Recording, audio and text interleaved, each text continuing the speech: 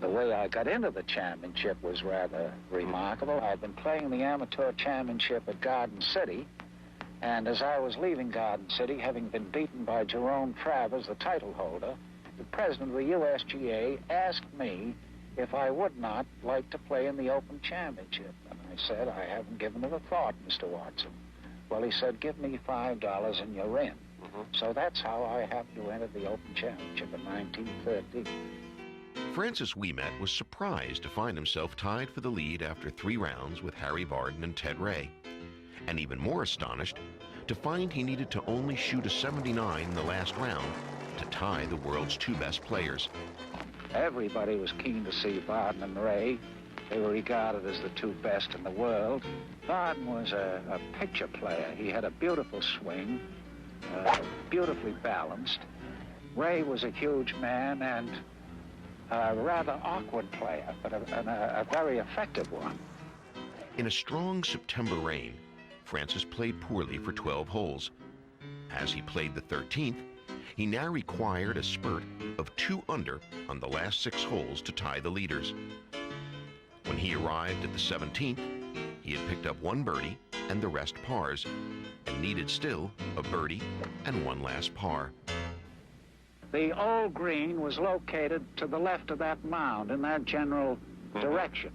It was a slanting green. It ran from right to left.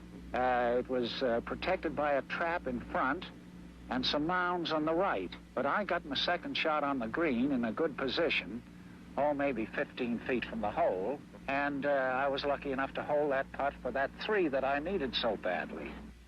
On the 18th, Francis needed a 4-footer for par and popped it in quickly and confidently, as if it meant nothing at all. It was not altogether uneventful. I thought I had a great second shot there. But when I got up to the ball, I found it had hit the top of the mound, and instead of kicking forward, it stopped right there.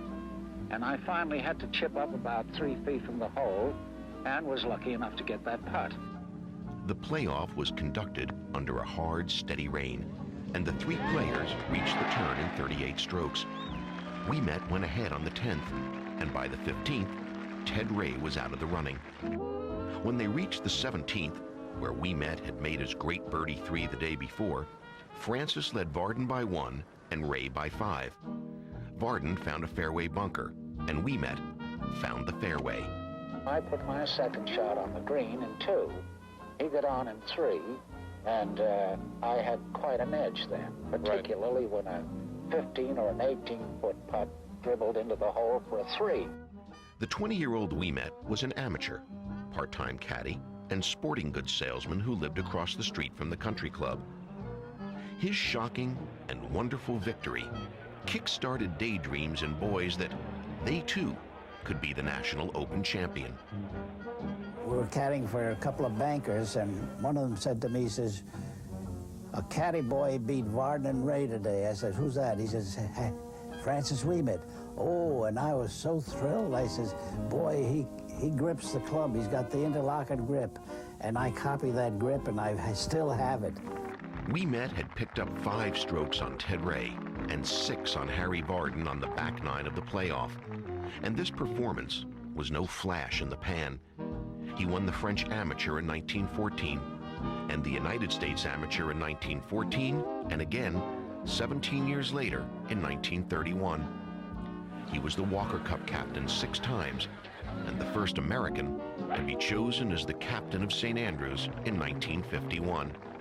The soft-spoken and gentle Ouimet was the man who gave rise to the notion in pre-World War I America that no dream was too big and no Goliath too tough to handle.